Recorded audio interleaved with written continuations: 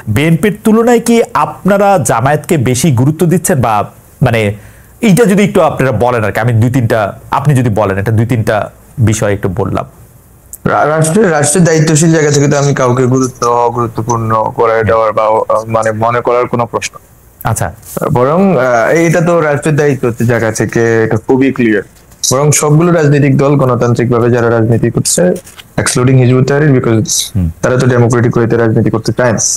বলে তো আমি এটাই আমার ফেসবুক পোস্ট এসে বলছি, আমি কোন নন ডেমোক্রেটিক কোনো প্রসেসে জীবনেও জড়িত ছিলাম না, জড়িত থাকার প্রশ্নে আছে।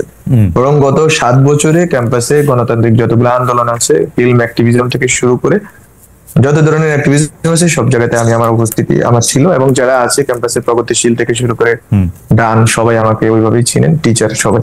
তো আমার এই জন্য বলছি আমার প্রুভ করার কিছু নেই এখানে।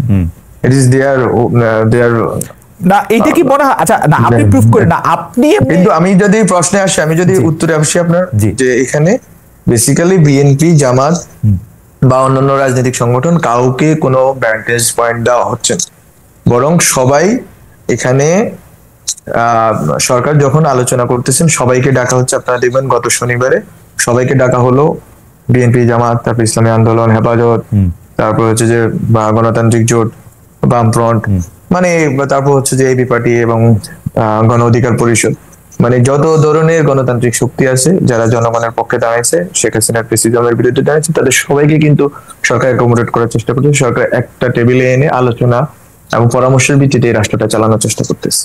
মানে আওয়ামী লীগ বাদে, আমি মনে করি না এখানে কোনো আওয়ামী লীগ বাদে সবাই, এটা আমি দৃশ্য তো আমি দেখতেছি না। জনাব আলম, আওয়ামী লীগ বাদে সবাইকে আপনারা ডাকছেন? জি অবশ্যই ডাকছি, কিন্তু জাতীয় পার্টির ক্ষেত্রে হয়তো স্টুডেন্টদের একটা বড় সড়ো প্রতিবাদ আছে, কারণ জাতীয় পার্টি গত 3টা সরকারি, বিশেষ করে যে 14, 18 এবং 24-এ যে ইলেকশন, এই ইলেকশন 3টাতে যেগুলো আমরা মনে করি অবৈধ এবং মানে বাংলাদেশের জনগণের সাথে প্রতারণামূলক যে আচরণ করেছে এবং ভোটাধিকার হরণ করছে, এই জায়গাতে ওরা অ্যাকমপ্লিস ছিল। বলতো তাদের ক্ষেত্রে জনগণের একটা, জনগণ, ছাত্র, বিভিন্ন নাগরিক শক্তির এক ধরনের সংবেদনশীলতা আছে, এক ধরনের সীমা মানে রিজার্ভেশন আছে। তো তারা হয়তো এই ক্ষেত্রে একটা ইকুয়েশনে বাদ পড়ার কথা আছে, বা কখনো আসছেন, কখনো তখন আবার জনগণ, ছাত্রদের পক্ষ থেকে দাবি তোলা হচ্ছে যে ওদেরকে যাতে কোনোভাবে না আসতে দেওয়া হয়। এই জায়গা আছে। এছাড়া বাংলাদেশের সব স্পেকট্রামের সব ধরনের সংগঠন, রাজনৈতিক সংগঠন, সামাজিক সংগঠন, সুশীল সমাজ, যাদেরকে বলি সিভিল সোসাইটি বলি, সুশীল না বলি, যদি এরা সবাই কিন্তু আমাদের সাথে আছেন, আমরা তাদের সাথে নিয়মিত পরামর্শ ভিত্তিক কাজ করতেছি এবং এই পর্যায়ে একটু যদি ডায়ালগ চলতেছে, এই পর্যায়ে যদি একটু সিদ্ধান্ত যদি হয়ে থাকে তাহলে যদি আপনি একটু জানাইতেন। কারণ হচ্ছে যে জাতীয় পার্টি বিষয়ে আপনারা আসলে 3য় দফা সংলাপে আসলে দেখতে চাইতেছেন না ছাত্রদের একটা বড় অংশ, কেউ কেউ আন্দোলনের ঘোষণাও দিয়েছেন, আপনি জানেন। আপনারা কি জাতীয় পার্টিকে মাইনাস করার বা জাতীয় পার্টিকে না ডাকার কোনো সিদ্ধান্ত কি নিয়েছেন? অফিসিয়ালি সিদ্ধান্ত নেওয়া হয় নাই, বরং এটা জনগণের আকাঙ্ক্ষা যে কেউ ওই ফ্যাসিস্ট সরকারের সাথে দালালিতে অংশগ্রহণ করেছে, দালালি অবৈধ নির্বাচন, অবৈধ ক্ষমতা দখলে অংশগ্রহণ করেছে, তাদের ব্যাপারে যেন সরকার শক্তিশালী পদক্ষেপ নেয়। এটা সরকারের প্রতি জনগণের একটা দাবি, ছাত্রদের দাবি, একটা বড় অংশের দাবি। এখন সরকার এখনো এটা ডিসাইড করে নেই, এটা আমি বলবো না, বরং আমার সূত্র মতে সরকারের এটা না ডাকারই কথা, কারণ জনগণ চাচ্ছে। আচ্ছা, তার মানে জনগণের আকাঙ্ক্ষাটা এখানে স্পষ্ট, জনগণ এখন আর জাতীয় পার্টিকে এই আলোচনার মধ্যে দেখতে চায় না, সেটাই তো আমরা বুঝতে পারছি। আপনি যে আকাঙ্ক্ষা, হ্যাঁ, এটা সরকারের পক্ষ থেকে মাইনাস না, বরং যে কেউ ফ্যাসিস্ট শক্তির সাথে ছিল তাদেরকে আসলে জনগণে মাইনাস করে দিচ্ছে। মানে এটা সব জায়গাতে হচ্ছে, সর্বত্র হচ্ছে, এটা কমিউনিটিতে হচ্ছে, এটা জনগণের এই আকাঙ্ক্ষাটা কি জাতীয় পার্টিকে ডাকার আগেও তো আপনারা জানতেন? তারপরও জাতীয় পার্টিকে আপনারা ডেকেছেন কি জনগণের আকাঙ্ক্ষাটা দেখতে, নাকি নিজেদের বোঝাটা ঠিক আছে কিনা একটু দেখার জন্য? না না না, বরং এটা বেসিক্যালি প্রথমবার যখন জাতীয় পার্টিকে ডাকা হয়েছিল, আমার বোধহয় তখন আমি ছিলাম, আমি যতটুকু জানি ওই সময় আমি অ্যাক্টিভলি পার্টিসিপেট করি নাই এই প্রসেসে, so I don't know about that. আমি আসলে ওইটার দায়িত্ব নিয়ে কথা বলতে পারবো না। ওকে, বাট ওই সময় ডাকার ব্যাপারে আমি দেখেছি যে একটা রিজার্ভেশন তখনও ছিল। ওকে, তখনও ছিল, আমি তখনও দায়িত্ব নিইনি, আমার যদি ভুল না বলি আমি। আচ্ছা ঠিক আছে, আমরা এবার আরেকটা জরিপের ফলাফল আপনাদেরকে শোনাই। সেটি হচ্ছে যে আমরা বৈষম্য বিরোধী সমন্বয়কদের রাজনৈতিক দল সম্পর্কে দর্শকদের জানতে চেয়েছিলাম। প্রিয় দর্শক, বৈষম্য বিরোধী সমন্বয়কদের নিজস্ব রাজনৈতিক দল প্রতিষ্ঠা করা দরকার মনে করেন কিনা? শতকরা 41% দর্শক মনে করছেন যে তারা মনে করেন যে সেটা করতে হবে, শতকরা 59% মনে করছেন সেটা করবেন না। অতি অল্প সময় ছিল, সেটি আসলে 37,000 দর্শক এটি ভোট দিয়েছেন। এই প্রসঙ্গ আমরা আসব, কিন্তু যারা মাহফুজ আলম, আমরা আপনি প্রথমে যে বিষয় নিয়ে কথা শুরু করেছিলেন, একটি বয়ান বা মানে মানে যেটাকে আমরা আসলে বয়ান তৈরি করাই বলি, যে আওয়ামী লীগের একটি তৈরি করা বয়ান এরকম ছিল যে বা কেউ কেউ এই বয়ানটা বিশ্বাসও করতো, বা তারা মনে করতো যে হ্যাঁ এই বয়ানটা সত্য, যে তারা ক্ষমতায় থাকলে সংখ্যালঘুরা ভালো থাকে। সাম্প্রতিক নিরাপত্তা দাবিতে আপনি হিন্দুদের ব্যাপারটা আপনি একটার পর একটা বললেন, কিন্তু আরো দুইটা প্রসঙ্গে একটু আপনার মতামত জানতে চাইবো, যেটা হচ্ছে পাহাড়ে অশান্তি, পীরপন্থীদের উপর আক্রমণ, এমনকি বৌদ্ধ ভিক্ষু, যেটি আমরা আসলে বৌদ্ধ মঙ্কদের কথা আপনি বলছিলেন যখন অনুষ্ঠান শুরু হয়ে তার আগে তাদের বিদ্যাপীঠগুলোর উপর, এইদের উপর আক্রমণের ঘটনায় কি আওয়ামী লীগের বয়ান অনেকটা বাস্তবতার ভিত্তি পায় কিনা? না, বরং হচ্ছে যে আওয়ামী লীগের আমলে এর চেয়ে বেশি নিপীড়ন নির্যাতনে তারা শিকার হয়েছে, এটা হচ্ছে সত্য কথা। এবং বাংলাদেশে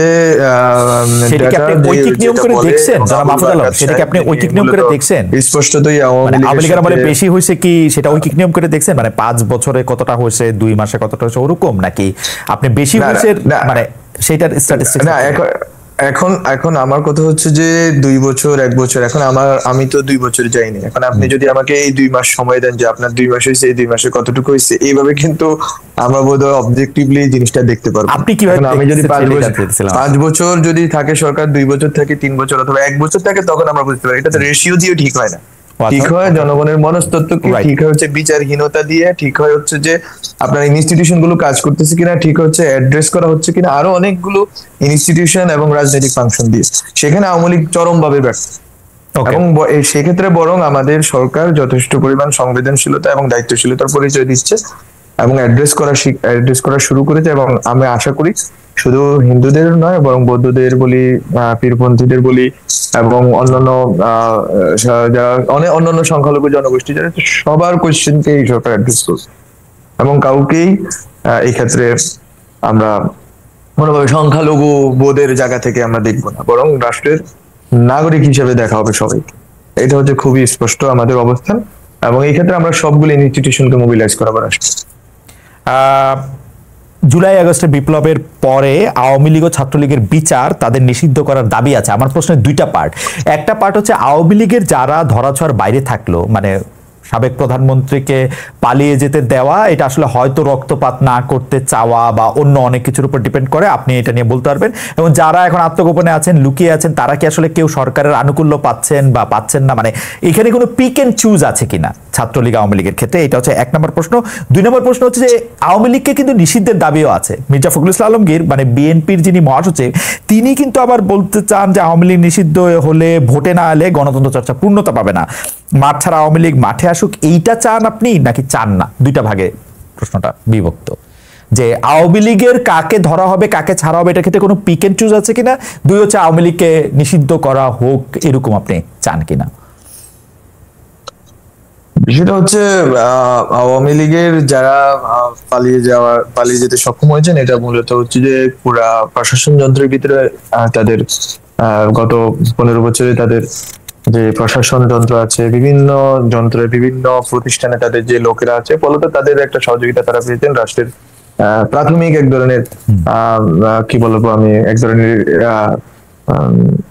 দৃঢ় কার্যক্রমের সুযোগে। মানে রাষ্ট্র তো তখনও গুছিয়ে উঠে নাই, বরং অনেকগুলো ইনস্টিটিউশনকে অ্যাক্টিভেট করতে হয়েছে। ফলে ওই সুযোগটা তারা নিয়েছেন, এবং যারা ফেসিস্ট যারা ছিল প্রশাসনে এবং অন্যান্য জায়গাতে, তারা তাদেরকে সহযোগিতা করেছেন। ফলত এখানে গভর্নমেন্ট সাইড থেকে স্পষ্টভাবে কোনো পিক এন্ড চুজ নেই, বরং এটা মূলত সেই সময় সুযোগটা নিয়ে রাষ্ট্রের ইনস্টিটিউশন গুলো ভেঙে পড়েছে। এটা খুবই স্পষ্ট, আপনারা দেখেছেন যখন গণঅভ্যুত্থান হয়েছে, কারণ এটা পুরোটাই ফেসিস্ট একটা রেজিমে তৈরি করা ইনস্টিটিউশন ছিল সবগুলো। ফলত আমরা তো এই ইনস্টিটিউশন গুলোকে এক ধরনের সংশোধন, রিফর্মস এবং কোথাও কোথাও বিলোপের কথাও বলেছি। বলতো ওগুলো থাকা অবস্থাতে ওরা এই সুযোগটা পেয়েছে। এটা সরকারের কোনো ইন্টেনশনাল বা সরকারের অংশীজন কারো ইন্টেনশনাল ডিসিশন না, কাকে চুজ এন্ড পিক করবে। আমি মনে করি এক্ষেত্রে এখন যখন একটা সময় পরে বন্যা আমাদের একটা পরিস্থিতি তৈরি করছে, ফলে আমরা জনগণ সবাই বন্যার দিকে ঝাঁপিয়ে পড়েছি। এছাড়া আরো অনেকগুলো পরিস্থিতি আমাদের সামনে আসছে, আমরা প্রাইভেট করে যাচ্ছি। বলতে ওখানে আমরা ইনস্টিটিউশন গুলোকে অ্যাক্টিভেট অলরেডি শুরু হয়েছে, দেখতেছেন আপনি ল অ্যান্ড অর্ডার সিচুয়েশন ধীরে ধীরে ভালো হচ্ছে। এটা একটা আপনার হচ্ছে প্রথম প্রশ্ন, যে আমরা গভর্নমেন্ট সাইডে কোনো চুজ এন্ড পিক নেই, বরং এখানে গভর্নমেন্ট যথেষ্ট পরিমাণ যখনই অ্যাক্টিভেট করা গেছে প্রতিষ্ঠানগুলোকে এবং পার্জ আউট করা গেছে, এক ধরনের মানে কি বলা যায় সংশোধনের দিকে আমরা আগাচ্ছি। এবং শুধুমাত্র ব্যক্তি না, বরং প্রতিষ্ঠান সংস্কারের কথাগুলো একেবারে আমরা ভিজিবল দেখতে পাচ্ছি কমিশন গুলো গঠনের ভিতর দিয়ে। ফলত আমরা দেখতে পাচ্ছি একটা উন্নতি করছে। উন্নতি ঘটার সাথে সাথে দেখবেন যে আপনি আইনত এবং আগের মতো যেন তেন মামলা দিয়ে গ্রেপ্তার করা হচ্ছে না, বরং সুনির্দিষ্টভাবে গ্রেপ্তার করা শুরু হয়েছে। আমরা মনে করি যে গ্রেপ্তার হবে এবং তাদের মানবাধিকার নিশ্চিত করে তাদের যথাযথ বিচারের আওতায় নিয়ে আসবে।